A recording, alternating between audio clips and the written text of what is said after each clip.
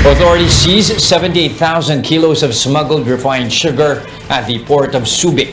The shipment, estimated to be worth around 85 million pesos, had been misdeclared as mere slipper outsoles and rubber. The government will be selling smuggled sugar seized in raids at Kadiwa stores. The Sugar Regulatory Administration, or SRA, confirmed that it has received a memorandum from Malacanang green-lighting the scheme. If it remains in the BOC, the only options there are for it to be destroyed or for it to be auctioned. Yung usual kasi nangyayari, pag in-auction natin, yung importer din bumibili ulit. Now, at least, it will be felt by the consumer. Kasi bibenta na po nila Asec Christine sa Kadiwa. In other news, government is taking pride in cheaper rice being sold at Kadiwa stores.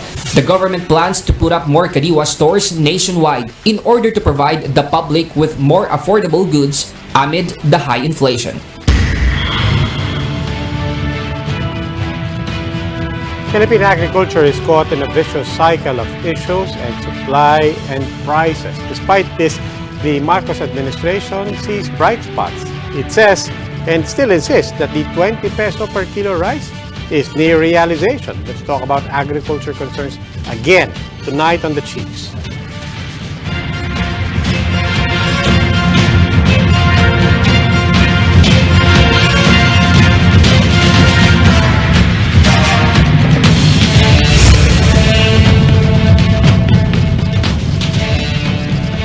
Welcome to the weekend edition of the Chiefs. Ako po si Robbie Alampay. Kasama po natin sa studio Ed Lingao of One News and aming pamintuan, Editor-in-Chief ng Philippine Star, and Luchik Cruz Valdez, Head of News 5. And Happy weekend. happy weekend. Happy weekend. Ano bang mga... Hindi, sige, pag-usap. Ano yung babantayan natin over the weekend? Careful with your question now. Hindi, kasi usually itong past days, pagka-weekend, para bumubulaga bigla, di ba? Biglang busy kayo sa newsroom o na weekend. Oo. Eh, siyempre, sidigaan mo pa rin siguro. Malamang. Yung ano. Oy, it's the development. first weekend na officially summer na. Oo nga. Ganun ba yan? Oh, yeah. So, iinit na. Talaga. Huli ka na sa balita. Huli ka na sa balita. Hindi, the Iinit. first Ang init. weekend. The first weekend. Hindi, Which means, pero diba? init na, di ba? Plano This na, past plano day. na. Parang namang isang dyaryo dyan na mga banner it's summer again. Hindi, naghahanda na mga tao for their summer break. Alam mo, nakakalimutan natin. El Nino. El Nino year to, sa July. And ngayon pa lang di ba, kulang-kulang na tubig. Tubig, yes. O power, di ba? Dikit-dikit yan, power and water. So, I think... Di ba nagre-refund naman? Hindi, para ka nagpapahiram ng pera doon. Pero speaking of travel, naalala ko lang, nakausap natin earlier this week, of course, yung official sa airport authorities natin, they're getting ready. Sabi na they're prepared, di ba? But We'll see. dadagsa. Isipin mo, 120% na from pre-pandemic levels yung domestic travel na inaasahan at nakikita natin ngayon. At marami daw silang bagong hires, kaya yan ang problema. Oo nga. Kaya hindi pa swabe yung kanilang Hindi pa. Training pa lang. Yung pag ano, yung pag ganun. Rusty. OTS yan. Sabi niya, OTS yan. Okay naman. Meron din naman mga good news. Nakita ko kanina sa social media kumakalat yung pitakan ng isang turista na naibalik. Di ba? Meron, marami rin. Karamihan Kasi pa rin. kayong mga taga-media kayo. Mga bias. Binabalita Mga bias media. Talaga. Bias media. Ami, magkano na bigas? Pinakamura, 37.38. Ayan. Kita mo? Regular retail yan, Uy, ha? malapit na sa 20. Regular retail yan. Hindi. Nahawakan ka ng optimism. Ayan ang segue natin. Ayan ang segue natin. Pag-uusapan natin kung gaano katotoo lahat na yan. I mean, kung nararamdaman nyo rin po. We will be speaking to our first guest after the break. The Chiefs will be right back.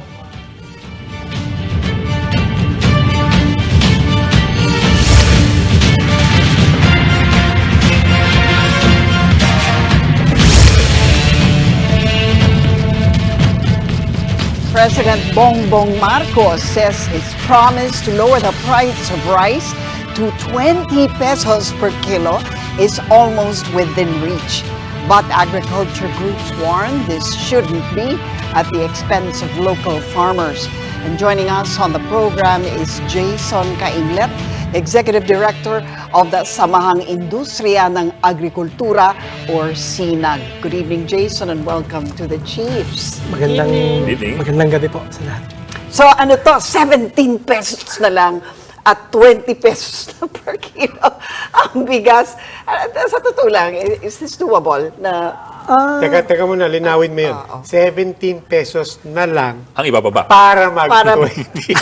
para matupad ang pangarap? Baka may nagulan pa. Baka singilin ka ng 17 pesos na bigas. Hindi natin to. 17 pesos na lang at matutupad na ang pangarap or ang pangako ng Pangulo ng 20 pesos a kilo. So from 37 to 20, is that doable really? And how soon? Sa ngayon, medyo imposible. Kasi ang farm gate ng palay right now is 23 to 23.50 per kilo. Rule of thumb, ang palay ay times 2. Yun ang retail niya kasi dadan siya sa value chain 46, 47. bago siya maging bigas. Gigilingin pa siya, may wholesaler pa, may biyahero, may retailer. Kaya kung ang farm gate is 23, ang bigas without government intervention ay nasa 43 to 46 pesos per kilo. Oo. Pero ano sinasabi nila ngayon na actually bumaba na sa 37? Bakit yun? 37. 37 kasi ang mga millers na nakakausap natin, dumidiretso na rin sila sa pagbabiyahe. So, nababawasan yung stage sa bigas. Kaya medyo bumaba ng 5 pesos. Pero yun nga ay dahil sa efforts ng iba't ibang players sa industry. So I guess the question is, what will it take to bring it down to 20? Siguro simulan natin yung mataas ang presyo ng bigas kasi mataas yung cost of producing palay. Number 2, malaki yung wastage natin, yung pagigiling. We're averaging 60% lang. Ibig sabihin yung palay mo para maging 40% ang tapon. May increase mo lang yun to 70, 80%. Malaking savings na yan. And then, pangatlo, syempre, yung subsidies ng government hanggang marketing sana and retailing. Yung kadiwa, as a concept, maganda siya. Kasi binabawasan mo yung nasa gitna. Maganda siya, pero sa ngayon, hindi siya kakayanin. And even yung kadiwa, nasa 35 ang bigas ngayon. Pero Jason, yung sinabi mo na yung dun sa 37, you're saying na basically nababawasan yung sa middleman, di ba? So bumibilis yung proseso. Whoever that is, kahit pa may other players dyan, it's happening. My question is there anything artificial about that? Is there anything temporary with that? Or is that actually a sustainable thing that we're seeing develop? Yung 37 ngayon, dahil encouraged naman ng mga millers kasi nga sila rin bumibili ng palay, competitive ang palay ngayon kasi nga tumaas din ng imported rice. Kaya yung mga millers, encouraged din silang magiling. So, binabawasan nila yung players, sila na mismo yung nagde-deliver. So, 37 is hindi siya artificial. Yan ay doable siya. Pero beyond yung actual presyo, yung dun sa sinabi mo, binabawasan yung players, I presume that's a good thing for people and ultimately the retail market and the consumers. Yung bang binabawas natin na players, ano na yan? Permanently, we will have essentially made them obsolete in this entire ecosystem. Ang problema kasi ng ating agriculture across commodities, marami ka naman non-productive players So pumapatong lang sila doon sa presyo, pero wala naman sila talagang actual contribution. Wala siyang contribution talaga sa contribution niya, napapataas niya yung presyo hanggang makarating sa retail. Ang sinasabi natin, if you reduce the non-productive players sa value chain mo, you'll get a good price sa retail. And that's what's happening. That's just what I want to validate. Is that what's happening right now? Is that what you're saying? Or may mga areas na ginagawa yan. May mga lugar na dumediretso na yung mga ibang players. Like the millers, sila na rin yung nagbabiyahe ng bigas going to the wholesalers or retailers. Balikan ko yung 20 pesos na target. Sabi mo nga dati, government can sell it at any price it wants. So long as it subsidizes. Correct. Pero of course, the next question is, can we, should we subsidize? Sa ngayon, dapat sana. Kasi that's why yung imports previously ay mura because their governments are subsidizing yung cost of producing rice. Sa Vietnam, halimbawa, even yung export price niya, may dagdag yung binabayar ng Vietnamese government yung Thai rice exporters para mabenta niya ng mababa yung bigas niya. So from production to post-production to marketing to exporting, ang Thailand and Vietnam are doing that to their industry. So, ang sinasubsidize nila is the producer, not the consumer. Tayo yung kadiwa ang ano eh. Kadiwa ang ano eh, ang binababa yung presyo eh. Correct. Sila kasi, ang mindset nila, help the producers, ultimately, Kaya nga. you will help the consumers. In the case of Thailand, may floor price sila eh. Ibig sabihin, pag bumaba ng ganito yung presyo ng palay, government will intervene para at least yung farmers nila hindi malugi. Ang sa kanila ang base nila is 20% eh. So cost of production plus 20% dapat yun yung farm gate nila para at least kumita yung mga farmers nila. Yun lang to bang Amy's question. dahilan nun? Kasi ang sabi nila, talaga daw napakataas ng production dyan sa especially Thailand and Vietnam dahil they have nga the Mekong River, no? Malakas yung irrigation nila. Saka may natural advantage daw sila over us. Tama ba yun? Yung Thailand, malaki ang kanyang production in terms of production per hectare. So nakaka 6-7 tons siya. Tayo nasa 4 tons na per Bakit hectare. ganun yun? Mababa yung productivity natin. Pero in the case of Vietnam, mas mababa pa ang productivity ng Vietnam. Kaya lang nakaka-produce siya because they have more lands devoted to rice. Tayo is 4-5 million eh. Sila 9 million devoted to rice. Pero to Tammy's question kasi, Yes. iba yung subsidizing producers versus subsidizing consumers. Yes. So where should we be? What's the ideal? Ang ideal, subsidize mo yung producers para makinabang yung consumers. Kasi But that's not what we're doing. that's With the Ayaw. kadiwa. No, ang kadiwa baliktad. Kadiwa consumer. They are subsidizing the consumers, That's not what we're doing. not the producers. Baliktad tayo Pero sa hindi ngayon. ba we have the Rice Competitiveness Enhancement Fund? Dapat pupunta yun sa farmers. Yung RCEF kasi yung revenue sa bigas, naka-specify siya eh sa test sa mechanization, sa Filmex, sa seeds, and even yung sa seeds. TESDA para sa kumbaga tine-train yung farmers to be As opposed to directly subsidizing them. Na halimbawa, kung ako gobyerno, I'd rather give 5,000 per hectare per farmer para makabili siya ng mas murang seeds or mas murang fertilizer. Sa ngayon kasi hindi eh. doon naman sa milling na sabi mo, ang laki ng tapon. Bakit malaking tapon? Kasi for the past 10 years, discourage ang millers to develop or to kumbaga gawing efficient yung kanyang paggigiling kasi nga they're competing with cheaper imports eh.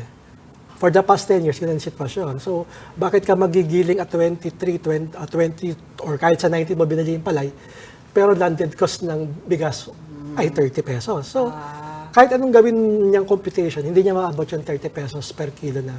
Sige, na doon bigas. naman tayo sa ibang sangkap tsaka Ricardo. So, rice. Okay. Anong gusto mo unahin? Asukal?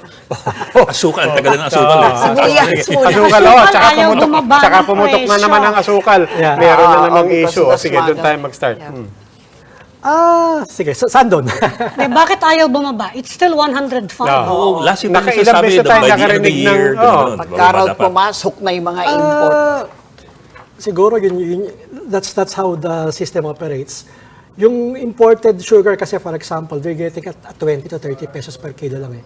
So imagine 20, 30. Layo nun sa 105. Kaya nga 75 was already ideal. Kasi 75 at least dapat kumita yung local producers natin at 40 sila ng mill gate eh. So 75 okay na yon. Pero still 110 ngayon.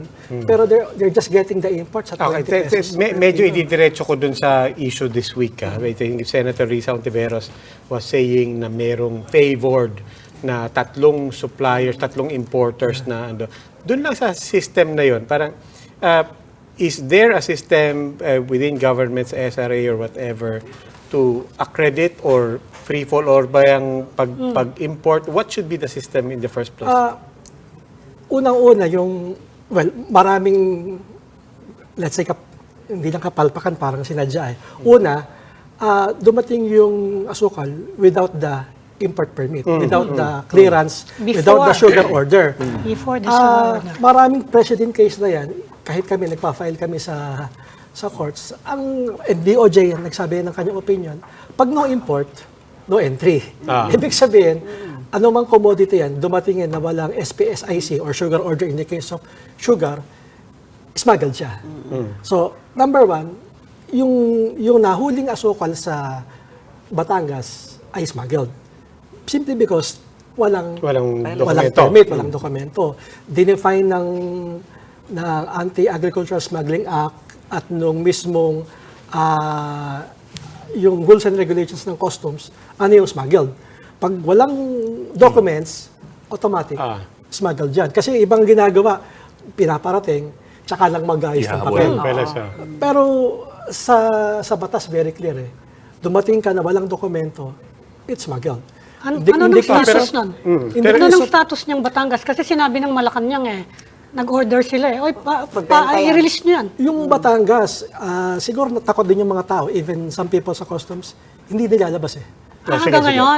Sige, anyway. Hindi siya nilalabas. Okay, smuggled, ika mo nga, that should be simple. We're talking about what is supposedly legitimately imported sugar, but Hindi pa rin bumababa. may cartel dun sa kung sinong pinagbigyan na makapag-import. Dun lang saan na yan. So we're not talking about smuggled sugar. We presume that this is official, but official na limited to just 3 suppliers. I just want to understand, ano ba dapat yung system dun? Should that have just been open for anyone to import? Or Dapat open sa lahat. Pag naglabas ng SO, tsaka lang magbibid or magpa-file sila ng mga documents na they say that they want to import. Tsaka unprecedented yun. 3 importer lang ang actually pinili. Hindi nga siya nag-bid eh. Pinpointed sila. Tinuro sila. And then yung pagpili na yon na kayong 3 lang, kasabay pa nun is this whole question of whether or not the supply issue was artificial or real dito sa Pilipinas.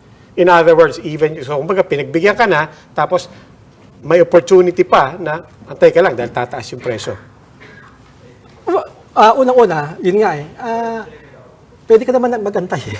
I mean, wala naman nagpe-prevent sa'yo mag-import. In fact, whatever, kasi kinonsult kami niyan. Ang sabi namin, panahon ng gilingan, panahon ng pagmimil, hindi mo alam ang stocks eh. Hindi mo alam kung, pero definite yung sa panahon ngayon, wag ka muna mag-import kasi it would impact on the mill gate. Similar sa nangyari sa sibuyas. Mag-import ka, anihan, tatamaan ng farmers. So, ang consequence niyan, yung smuggling siya, legality ng mga importers, ang casualty talaga lagi ay yung mga producers. Kasi, dinampen niya na yung... At ng konti, just to get some basics. Ngayon ay milling season ba? Yes. Milling season. Yes. Ang tanda ko kasi, sabi na sa amin last year, by end of the year, last year until first quarter, dapat bumaba na yung presyo. Correct. Because of that. Correct. So, bakit hindi? It's that basic question na, bakit hindi pa rin kung milling season na at dapat lumalabas sa yung mga local stocks at sumasabay dyan yung mga imports, bakit hindi mababa? Hindi nga nakasabay. Okay, sagot yun. may isang mga nagsasabi, dapat daw kung mag-i-import, hindi quota, hindi siya regulated, parang tarification. Dapat daw parang sa rice, open importation. Hindi siya magli-limit to Hindi, sugar, 3 lang eh. Kaya kapag ganyan daw na 3 lang, makokontrol pa rin nila yung supply and they can behave like a cartel. Unlike rice na kahit sino, sige, basta magbayad lang kayo ng proper tariff, pwede niyong ipabahain ng rice, basta meron kayong babayaran sa gobyerno, we will give it to the farmers. Tama ba yun in the case of sugar? Kasi nagtataka kami, bakit meron ng harvest, meron ng import, bakit unlike onion na nung dumating yung import, bumagsak talaga presyo? Bakit unlike rice nga, nung nag-tarification, bumaba naman talaga, whatever you say about it. Bumaba ang presyo, nag-stabilize na wala yung pila natin ng bigas eh. Well, sige. Una yung rice, kasi dati siyang QR, may restriction sa quantity. Tinarify siya, pero still you have to get a permit. Yes. Hindi naman siya automatic na tarify, anybody can come in. May process pa rin yan. NFA would issue the permits, etc. etc. Yung sa onions, it's perishable eh. So, Kailangan ilabas kagad. oo, lalo na kung dagsang imports po ang mga cold storages. Pero mga 6 months din yun, di ba? Sa dami ng local production, sumaba yung imports, labas pa yung in-investigate sa usapin ng hoarding, ilalabas mo yung onions eh. Yung mahabang PC, they can put sa cold storage, ibenta mga bandang July or August. Pero sa case ng farmers, dahil nga binabarat na siya, nilalabas niya ngayon. Wala naman siya cold storage eh. Yung sa sugar, talagang we don't understand eh. Simply put, may disconnect yung farm gate at retail sa lahat ng commodities. Pero wala kayong suspecha kung bakit. Lahat tayo, parang bakit ganun? Pero wala kayong suspecha kung bakit. I mean, you have your ears on the ground. You're talking to producers. Well, may nagko-control. Kaya nga, may May nag- nagko-control. Ako, ang tanong ko nga, ito ba yung sinasabi ni Senator Risa? May cartel. Yung nangyari cartel sa behavior, yung nangyari diba? sa Batangas, talagang cartel-like ang ginawa. Kasi cartel pinili, behavior. pinapasok, hindi walang permit. So, yun, specific din sa Batangas na, yung mga nahuli sa Batangas, talagang obviously, cartel yun. Siguro, the PCC can define, you can ask PCC to define, pero obviously, talagang favored yun, illicit trade yun nangyari doon. Kasi pinili eh. Tapos pinapasok, walang permit. But that one was irregular, right? So in other words, hindi yun ang dahilan kung bakit mataas pa rin ang presyo sa kabila ng napakaraming mga imports na pinapapasok. According to the sugar. Yeah, yung sa sugar, sige. Yeah. Pag kasi, di ba, na-mill, nasa millers yan eh. So, ang next question, identified naman ng government kung sino itong mga millers eh. So millers to. Sa level ng millers, then the millers can say, binigay namin sa mga wholesalers. So, you have to start from somewhere. Ang somewhere mo dyan, pag sa sugar, tanongin mo mga millers. Nasa ng mga asukal niya. Pag sinabi nila, wala na sa kanila, nasa bodega, o nasa mga supermarkets na, susundan mo lang naman yung chain eh. Sa sibuyas, ganun din. Puntahan mo lang yung mga cold storages, sundan mo, saan mo binigay yung sibuyas, nasan siya ngayon, hanggang kailan siya nandyan, etc. Sa sugar, you can start by asking the millers. Nasaan yung mga giniling nyo? Yung sinag ba, did you ask did you ask the millers kung nasaan yung asukal? Did you find out, in other words, kung nakanino na i-stock up? Sinasabi nila, may mga institutional buyer sila, may mga naka-stock up, tapos nire-release naman nila yung sugar dahan-dahan. Hindi naman kasi, lagi kasi ang sinasabi shortage eh. Pero in the case of onions din, balik-balikan natin, hindi naman siya shortage eh. Mataas ang presyo.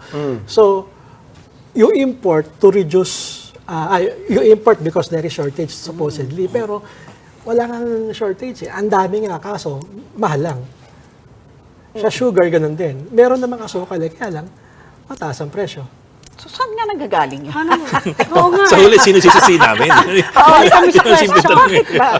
Yung retail? Alam mo, last year pa sinasabi ni President Marcos, he's going to review daw the value chain. Titingnan daw nga kung ano yung pwedeng ma-eliminate dyan para mabawasan yung patong-patong yan eh. Di ba? Parang red tape siya, no? Bawat layer may dagdag na ano. Yung SRA knows, sino yung mga millers. So, they should start from there. Nasaan yung mga millers and importers? Kung pareho sila, mas madali ang trabaho nila kasi if it's the same miller importer, they can easily trace kung nasa na yung mga asukal na yan. At bakit mahal pa rin? Pero ma-eliminate ba yun? Meron ba talagang ma-eliminate along that value chain? Kasi hindi ba yun yung natural na ano ng negosyo natin? From farm to retail, talagang may mga step ba dyan na pwedeng eliminate? Yung sa sugar, mas konti. Kasi sila rin yung miller, sila rin yung trader.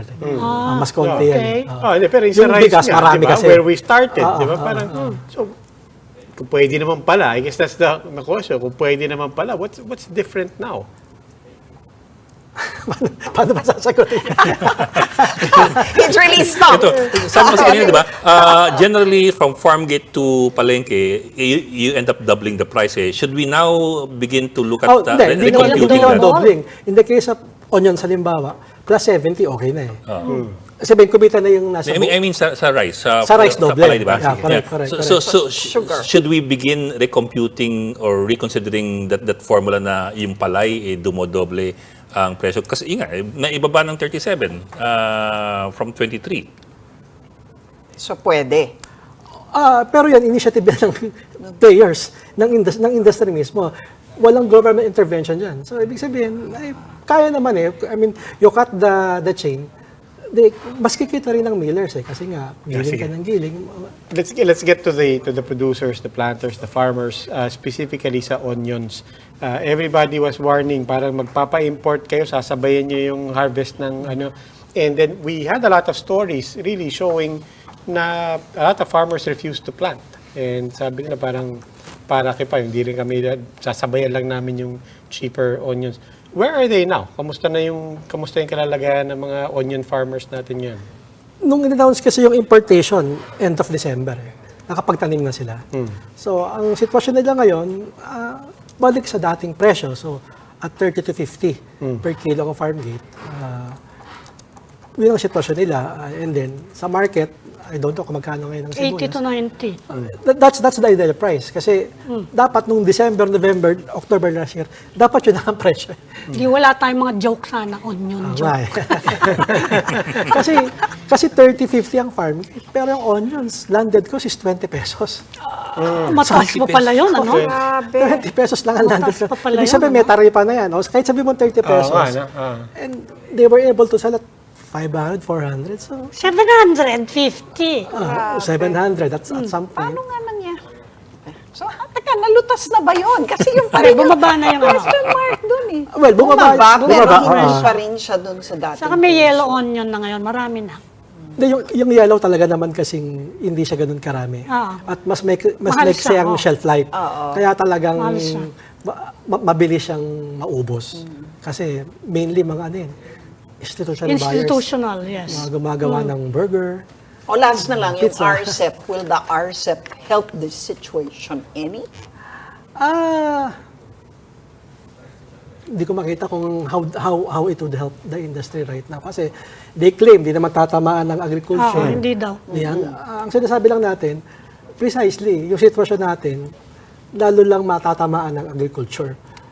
Kasi, it's the same. Hindi mo naman tinaas ang taripa Hindi mo naman proteksyonan yung industries mo. So, totoong hindi tatamaan, pero hindi rin makikinabang. Neutral siya. Okay. Well, maraming salamat, Mr. Jason Kenglet, Executive Director ng Samang Industriya ng Agrikultura or SINAG. Thank you for joining us tonight. Salamat Thank you. po. Good evening. Thank you, sir. We are starting up another conversation right after this break, so keep it here in One News.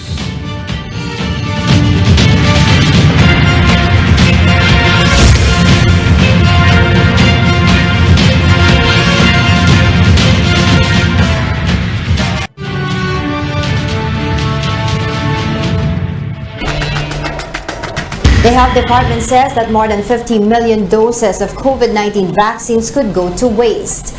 Health Officer in charge Maria Rosario Vergeres says some 6.9 million doses are meanwhile still quarantined as they await the decision of manufacturers and the FDA on whether the vaccine's shelf life could be extended. 7 out of 10 unvaccinated Filipinos are still unwilling to get COVID-19 jabs 3 years into the pandemic. Till now, the rates are still the same, but we've tried to integrate already the COVID-19 vaccination in our regular community programs, whereby the vaccines now are more accessible to our Filipino people. Anytime and anywhere, they can already access the vaccines through their health facilities.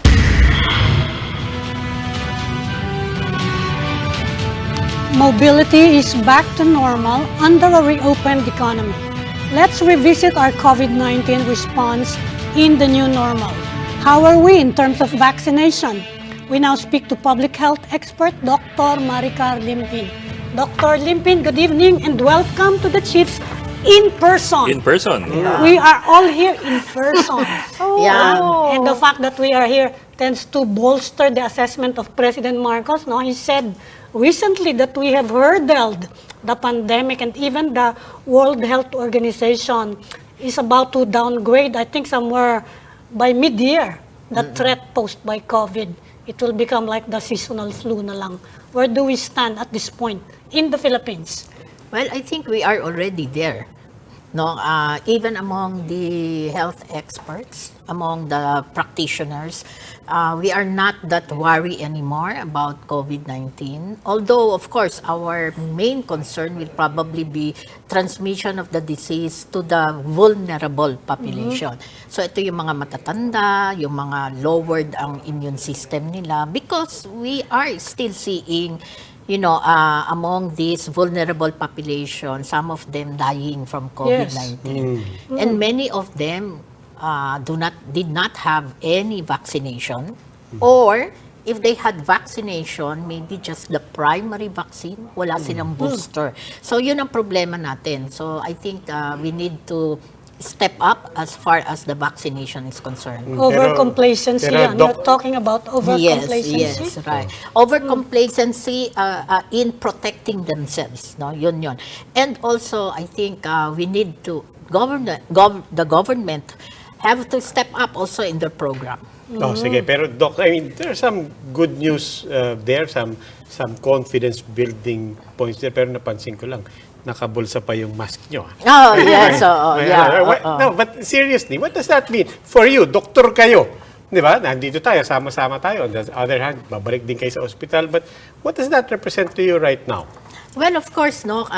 As far as doctors are concerned, I don't think that you will be able to immediately remove from us that apprehension na baka mahawa kami, no? And of course, we are also vulnerable. So talagang hindi maiiwasan, we will. Oh, but are you saying, pero iba kayo sa amin? Or should we, dapat ba meron ako sa bulsa ko ng mask pa rin? Dapat. Ako meron dun. Hindi, kung kami ganito, I think dapat kayo rin. Right now, if you look at the Philippines and comparing the Philippines with the other countries, no, tayo, I think we are in a better position kasi mas mababa ang infectivity rate natin, positivity rate natin. And the number of people talaga na nagkakaroon ng COVID-19 and dying from COVID-19 is far lower compared to even the developed countries like US and in the European countries, mas mababa pa rin tayo. So, kung ako personally, I think we're doing better. And I think the primary reason kung bakit we are doing better because many of our people are still wearing the mask. Yes. Okay, in scientific terms, what does this really mean that we've hurdled it? Does this mean wala na tayong inaabangan ng mga B.1.1.2, mga ganun ba? Kasi, di ba, it was only very recently when we stopped delivering news about a new variant, B.1.2. Nawala na kasi tayo sa alphabet. Wala na bang chance magkaroon ng matinding sub-variant? Yan ang that is the value of doing continuous surveillance, no? Dahil hindi naman mawawala ang COVID-19 virus, no?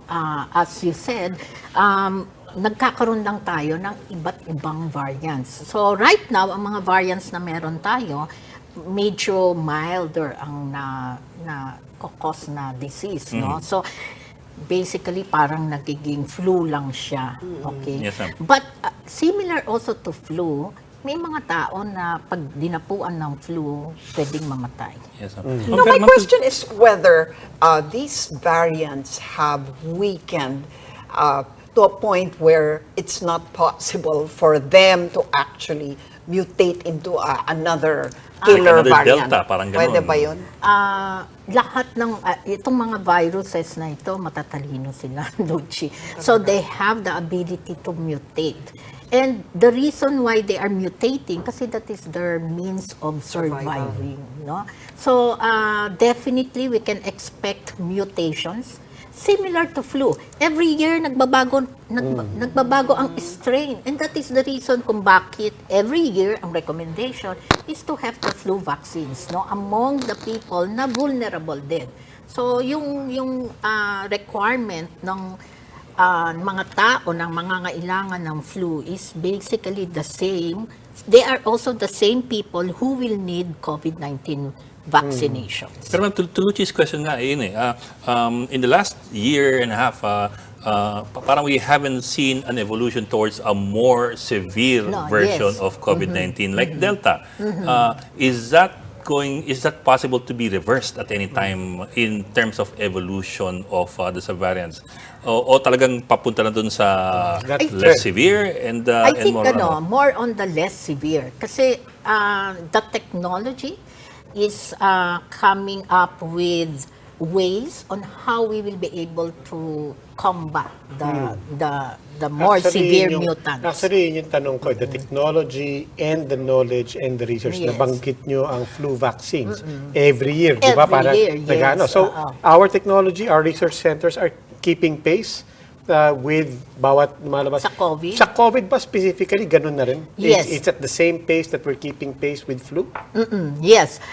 If I don't know if you have heard it, but right now, ang US FDA is looking into yung another form of vaccine, no, that they would like to recommend for administration dun sa mga vulnerable population.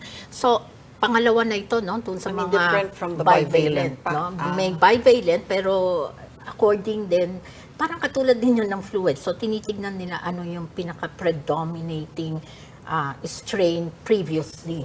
So, ang technology is to develop vaccine against the most recent strain. So, yun ngayon ang tinitignan ngayon ng US FDA kasi yung Pfizer, yung Moderna have also come up with new vaccine. But the challenge is how to to increase the uptake because as you know, ang mga Pinoy ngayon talaga ayaw na magpabakuna, talagang hindi na umusad-usad, no? Pagkatapos mabalitaan na parang okay na.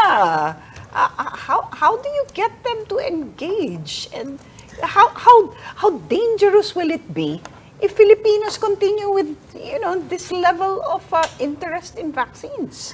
I think at dami kasing naging misinformation, So kailangan the government, kaya nga sabi ko sa iyo the government has to step up with the vaccination program. And not just talking about COVID vaccination kasi in reality, ang baba ng uptake ng vaccination natin for all vaccinations, yung immunization, even yung mga expanded immunization across all the different infections, no? Medyo mababa talaga. So that is primarily because of the vaccine hesitancy brought about by the misinformation of the anti-vaxxers. Pero doctor, hindi ba yung iba na nag-iintay din kaya hindi ngayon nagpapavaccinate? Yung primary yan, and the yung booster. bivalent. Hinihintay kasi yung bivalent. Yes, Paano ngayon yan? And we cannot get out through the COVAX facility kung hindi tayo yung state of calamity, which the government doesn't want to reimpose. Paano gagawin natin ngayon? So magbabayad pa sila ngayon. I think similar to pneumonia vaccine and also to flu vaccine, all these vaccinations will be available for purchase ng mga taong can afford to buy. But for the indigents and even for the senior citizens, sila yung paglalaanan ng gobyerno ng bakuna, no, na ibibigay sa kanila ng libre. So, in that way, I think mami-minimize natin yung wastage. Doc, meron pa rin mga provinces, di ba? Meron pa rin mga provinces, regions na talagang laggards, talagang nahuhuli when it comes to vaccination itself. We're not even talking about boosters, di ba? Oh, yes. But I think that's something that we need to reconcile or explain. Bakit at this point we're not hearing of these? You would expect, di ba?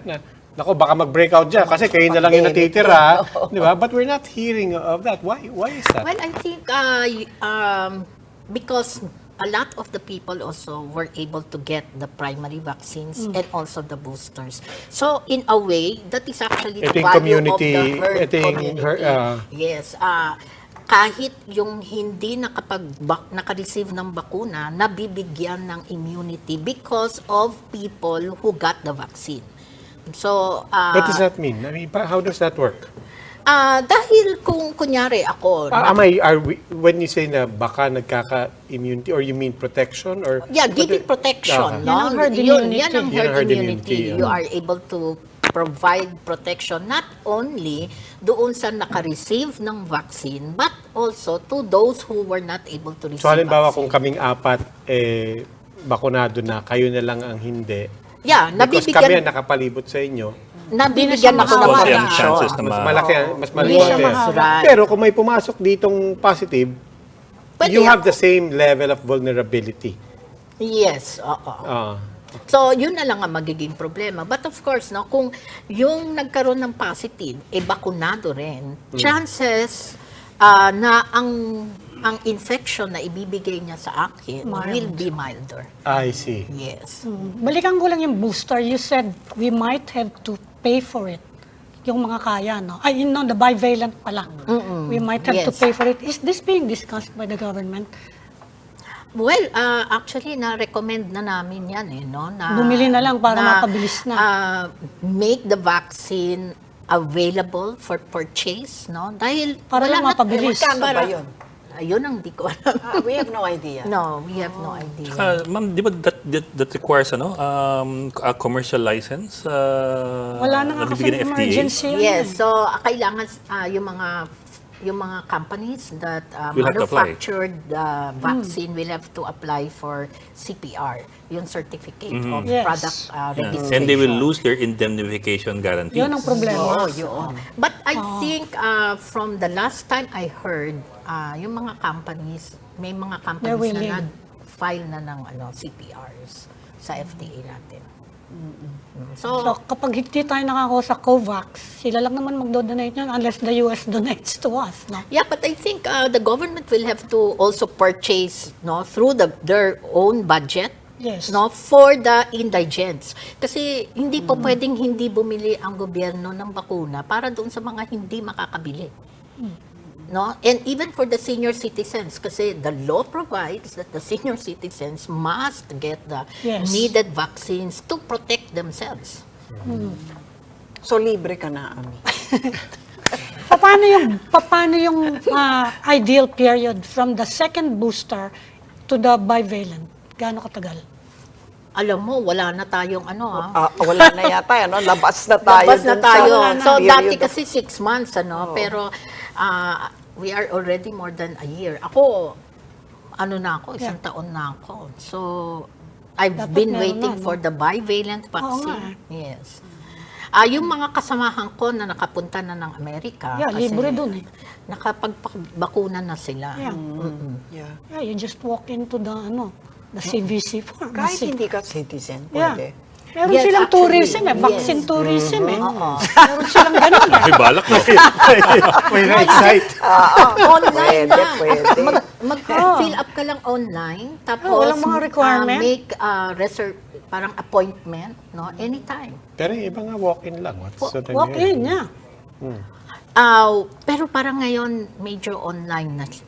Major online. So yung mga CBC ba yun? Walgreens. Walgreens. Yeah. Teka, so is it accurate to say that it's now an endemic? Ano ba ang word doon? Endemicity. Oo. Yeah. Of course, we're just waiting for the WHO to declare na endemic na ang COVID-19. Okay, and what is the WHO objectively waiting for? I mean, what are the objective parameters I think for them to say? WHO is waiting for the result of their surveillance na wala na masyadong, namamatay and more severe infection that is being transmitted. No? So yun yung tinitignan nila. But I think we're already there. How far are we from that kind of an announcement from WHO?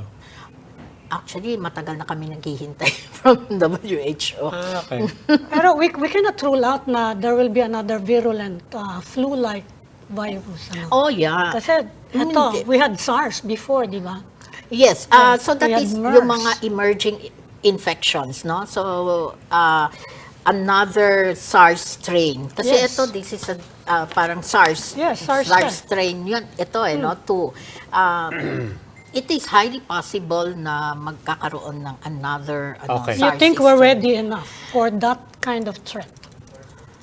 Depende, Considering- no? Kasi I think we need to have the proper infrastructure for that. No, we need to strengthen our health system. Right now, they're talking about CDC, no? But I hope na before they finalize or approve the law creating the CDC, dapat siguro tignan ano pa ang mga pangangailangan. Because CDC is just health protection. Yes. But it will not be able to do the other Accelerate functions. Yun din yung gusto kong tanongin eh. How much have we actively and consciously harvested this entire 3-year experience for lessons? And how far are we, or how confident are you that we can actually or already are institutionalizing the best practices, the systems, the infrastructure that we have, national to local? Kasi baka, ayun nga, parang baka katulad namin na, okay na, basta kalimutan ko na yung mga good habits ko. But I think ang problem natin ay delivery of services. Medyo mabagal talaga. No? So, yan ang medyo malaking problem But natin. that's an example, di ba? We learned that. Yes. Parang for a lot of people, obvious ba na that's one thing na ayaw na natin maulit. Did we learn, and are we in any kind of process that to actually institutionalize what we've learned? Well, I'm hoping that the government will be able to put up all the necessary infrastructures para for us to be able to prevent another emerging So infections. wala pa. Ito yung ayuda distribution lang ang naayos. Hindi, when you... Not even even. there, not even. Di ba? Even there, not even. Oo, parang we still have to Kasi we saw that with learn the some more. DSWD, di ba? Yes, ang We gulo, saw that with the no? Ang gulo. DSWD, notwithstanding all the systems for ayuda, first opportunity to extend PPP. Nagkagulo. I don't know, wala, nagkagulo. Yes, parang kailangan pang, tingin ko, kailangang aralin. And I don't know if there is anyone in the government who is looking into that. I don't know. I'm not privy to that. So that's why I cannot say na alam ko. But ang dami pa kasing kulang natin. Or even yung di ba, remember yung, anong tawag nyo doon, yung sa genome sequencing, di ba? Yes, oo. Now, we had so very few machines, kaya ang bagal natin matrack, di ba? Kung ilan na ba yung na-infect ng variant na yan, saan sila galing. Yun man lang, even just in the procurement of equipment, in order to equip us, in case another pandemic breaks out, God forbid, no? Meron bang movements at least in the DOH and, in your circles, para nga to equip us better? Are we ready for the Pre-position. next Kahit pandemic? PPEs man lang. nagpa-planning PPEs man oo. lang. Kompleto na ba tayo unlike before, di ba? Parang, where do we get Saan all of these kukuha yan? PPEs? Di ba? I think we learned as far as PPEs, pero kung whether we will be able to immediately respond to, like let us say, purchase big chunk of PPEs in the event we need it will all depend on how fast the government will respond. Kasi it will respond according to the budget. May mga restrictions kasi tayo, limitations, no? As far as government is concerned. But also, kailangan nating magkuha ng data and as Yun far nga data Yeah. gathering. I think I don't know kung ano ang plano. CDC ba ang mag-ano niyan? I don't think CDC should be the one to do it. No, there should be a separate agency, just like in the US, separate agency that does all the scientific investigations. So sila yung magpo-provide ng baka information. ma-resolve na yung family case ng ombudsman wala pa tayo ng mga equipment. Baka mauna pa. Baka yun ang best sign na we're learning dun sa PPE kasi may suspension sa Paparusahan, pharmacy. oo. Hindi, pero actually, Pero, Preventive lang yan eh. sabi niyo kasi kanina yung medical community is just waiting for the WHO to make an announcement on endemicity. Do I take that to mean that the medical community already thinks that the pandemic is effectively ended already? As far as we are concerned, I think it's ended. It has ended. Dahil on the ground, we are not seeing too many cases anymore. In fact, marami na kami, ang dami ng pasyenteng nakikita namin are all non-COVID cases. So talagang the medical community has been very active in the non-COVID scenario. No? So konti na lang yung natitirang for COVID. But I also do remember that the first few months of the pandemic, people were saying na life will never be the same again for the human race because of COVID. Yeah. But So, will it be is it same the same still? or I mean kasi parang if you look around now, it's almost the same. Yeah, I think, kunyari ako, no, if I'm going to go out, especially like, let us say, if I'm going to travel, fly, I will be wearing a mask. Okay. Yes. So, yun yung pinaka-lifestyle na dala-dala ko from COVID up to the future. Kasi, there will be infections that we can get, no? And I think the mask has served us during the pandemic, and it will continue to serve us even in the future. Pero ma'am, the general population, sa kanila, do you think that it has changed for them? Ang alin? Ay, hindi. Marami na ngayon nag-work from lansangan, home, sa kalye, nagsusum. di ba? I mean, our lives have changed after yeah. the pandemic. In di ba? fact, maski sa amin, Hindi na ako nagsishake hand. coming here, Talaga. Oh, Koreano na ako. Hindi, pero hindi, bumabalik. without na ako pag Bumabalik. beso-beso. Parang, hindi, Oo, nawala diba? na nga yun, Nasabi eh, ko, di ba? gumagano Dati ako. automatic Sabi ko, yung... Pag Korean shake na ako. hands, napansin ko, bumabalik yung shake. bumabalik Hindi actually na- yung shake hindi na hands. fist bump. Ay, ang beso-beso bumabalik, pero naka-mask. But those are the no, but you're right. Like washing of hands is, I think, something we that have to people stay. have imbibed. Yes, Hindi right. mas ano na. Sanitizer. Hand Tsaka hygiene. not touching the face and so on. Yes. Anyway, Dr. Limpin, what a pleasure to have you here. Thank Face- you. Tama, first time ba? Yes. Yes, after Since the yes, pandemic. Now since kayo. the The pandemic. pandemic. Kaya nga sabi ko eh. Kaya Oh, sige. in person for the first time. Maraming salamat po. Dr. Thank you, Maricar Doc. Limpin. Thank you, Doc. And that's all we have for the Chiefs. We hope it was discussed. We'll keep the conversation going. I'm Robbie Alampay. I'm Ami Pamintuan of the Philippine Star. I'm Lucy Cruz Valdez of News 5. I'm Ed Lingao. We are One News, all sides, all the time.